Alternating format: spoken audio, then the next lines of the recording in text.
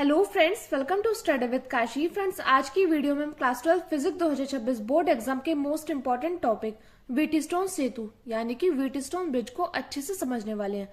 Friends, आज की video बहुत ज्यादा इंपॉर्टेंट होने वाली है क्योंकि व्हीटस्टोन सेतु हमारे बोर्ड एग्जाम में 4 से 5 मार्क्स का पूछा जाता है। तो चलिए फ्रेंड्स, हम अपनी वीडियो को स्टार्ट करते हैं।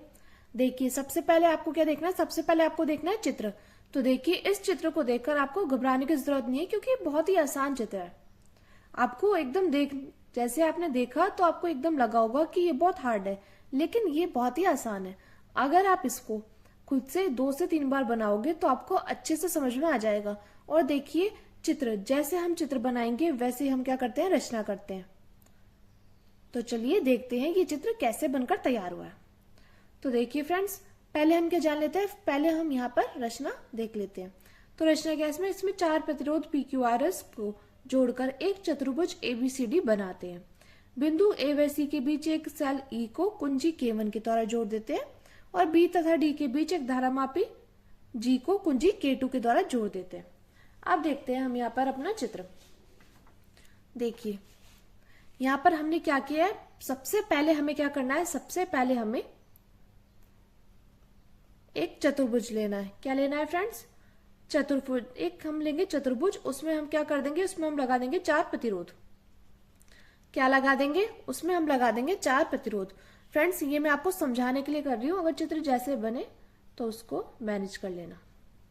तो देख लीजिए, यहां पर क्या है, ये एक चतुर्भुज है। ये और ये क्या है, ये एक चतुर्भुज है। और देखिए ये क्या है, इस चतुर्भुज में क्या लगे हैं, 4 प्रतिरोध लगे हैं जिसका नाम हम रखेंगे PQRS। सबसे पहले हम क्या करेंगे, सबसे पहले हम इस चतुर्भुज का नाम रख देते हैं। तो चतुर्भुज का नाम हमने रखा A, B, C और D। हमने क्या किया है, सबसे पहले हमने चतुर्भुज का नाम रखा है ABCD। और देखिए ये जो चार है, ये क्या है, प्रतिरोध। तो इन प्रतिरोध का नाम हम क्या रखेंगे, PQR और S। अब देखिए बिंदु, आपने ये तो बना लिया। पहले हमने क्या किया है, हमने यहाँ पर देखिए बस एक चतुर्भुज लिया जिसका नाम हमने रखा है ABCD और इस चतुर्भुज में 4 प्रतिरोध जुड़े हुए हैं जिसका नाम हमने रखा PQRS। अब देखिए, बिंदु A व C के बीच सेल E जुड़ी है किसके द्वारा, कुंजी K1 के द्वारा।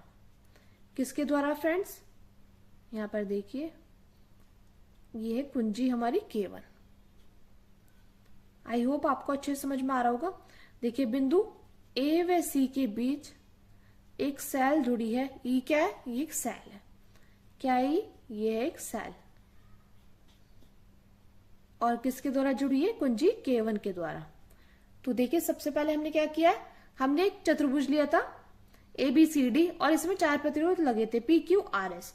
अब देखिए, जैसे बिंदु A व C के बीच एक सेल E जुड़ी है कुंजी K1 के द्वारा।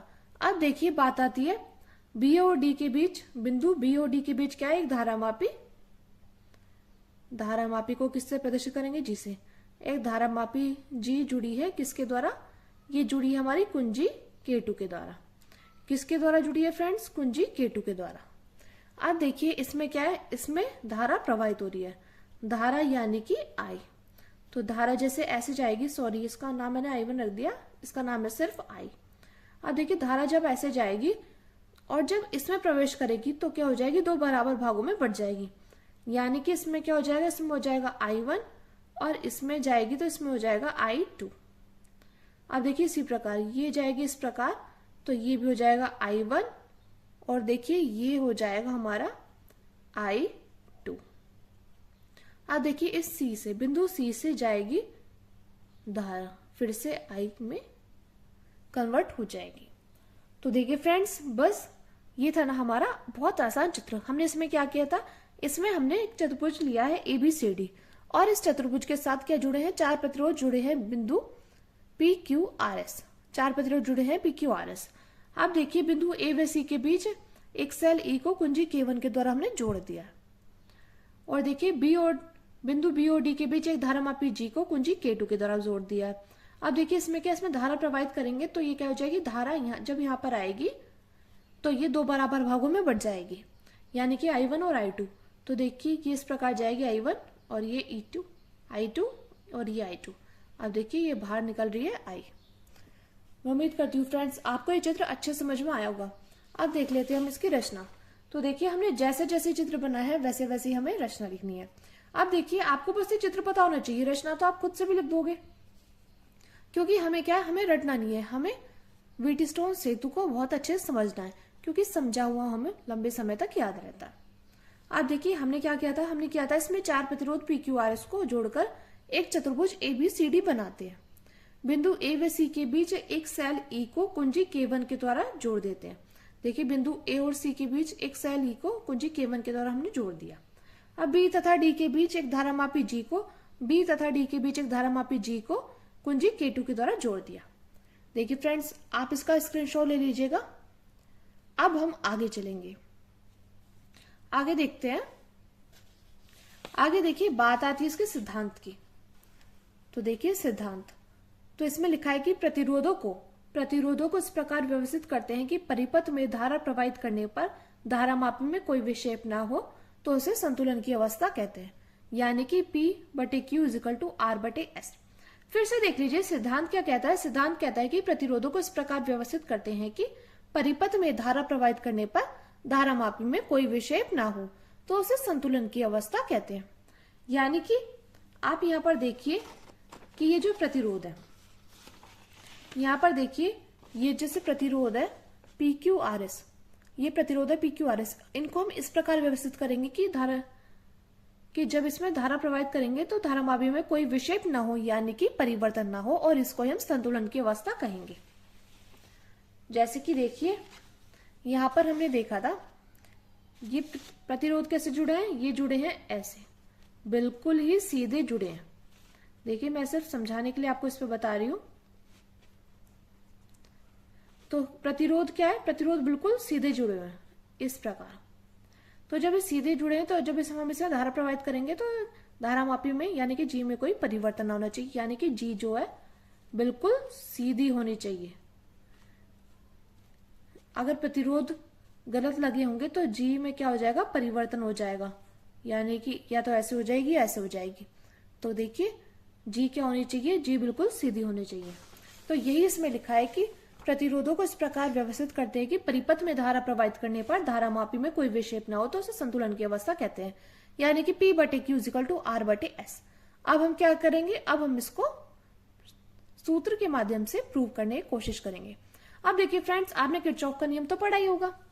देखिए हम यहाँ पर क्या लगाएंगे, हम यहाँ पे लगाएंगे किरचॉफ के द्वितीय नियम से। हम यहाँ पर किरचॉफ का द्वितीय नियम का सूत्र लगा देंगे।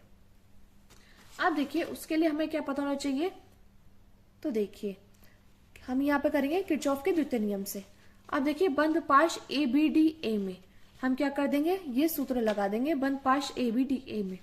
तो देखिए हम यहाँ पर देखते हैं बंद पाश ABDA कौन सा, ABD और A, यानी कि अब देखिए हमने इसको एक बंद पाश मान लिया और इसको हमने क्या बंद पाश मान लिया, इसको हमने दूसरा बंद पाश मान लिया। तो देखिए यहाँ पर हमारे क्या है, यहाँ पर हमारे 2 बंद पाश है। तो पहला बंद पाश लिया हमने ABDA में।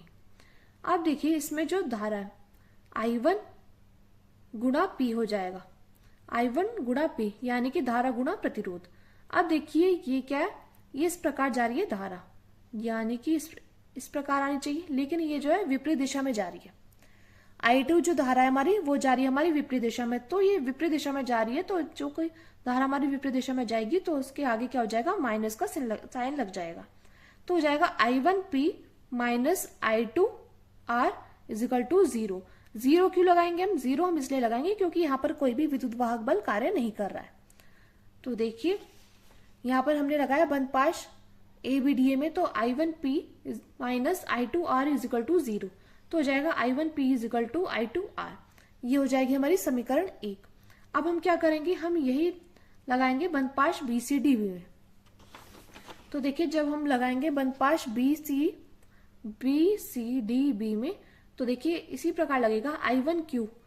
अब देखिए ये तो इस प्रकार जा रही है, लेकिन ये I2 जानी चाहिए इस प्रकार, लेकिन ये जा रही है विपरीत दिशा में। तो I1Q माइनस I2S = 0, क्योंकि यहाँ पर भी हमारा कोई भी विद्युत वाहक बल कार्य नहीं कर रहा है। तो देखिए यहाँ पर हो जाएगा, यहाँ पर देखिए 1 5 BCD में जब हमने करा था I1Q minus I2S is equal to 0, तो हो जाएगा I1Q बराबर I2S, ये हो जाएगी हमारी समीकरण 2। तो देखिए हम क्या करेंगे, हम करेंगे समीकरण 1/2। तो जब हम समीकरण 1/2 करेंगे तो क्या हो जाएगा, I1P is equal to I2R upon में I1Q I2S, यानी कि इससे ये कैंसिल हो जाएगा, I1 से I1 ये कैंसिल हो जाएगा, I2 से I2 ये कैंसिल हो जाएगा। तो यहाँ पर क्या बचेगा, यहाँ बचेगा हमारा P/Q इजिकल टू R/S। क्या बचेगा friends, P/Q is equal to R/S यहाँ पर बचेगा। और यही हमें क्या करना था, सिद्ध करना था। तो मैं उम्मीद करती हूँ फ्रेंड्स आपको ये व्हीटस्टोन सेतु यानी कि व्हीटस्टोन ब्रिज अच्छे समझ में आया होगा।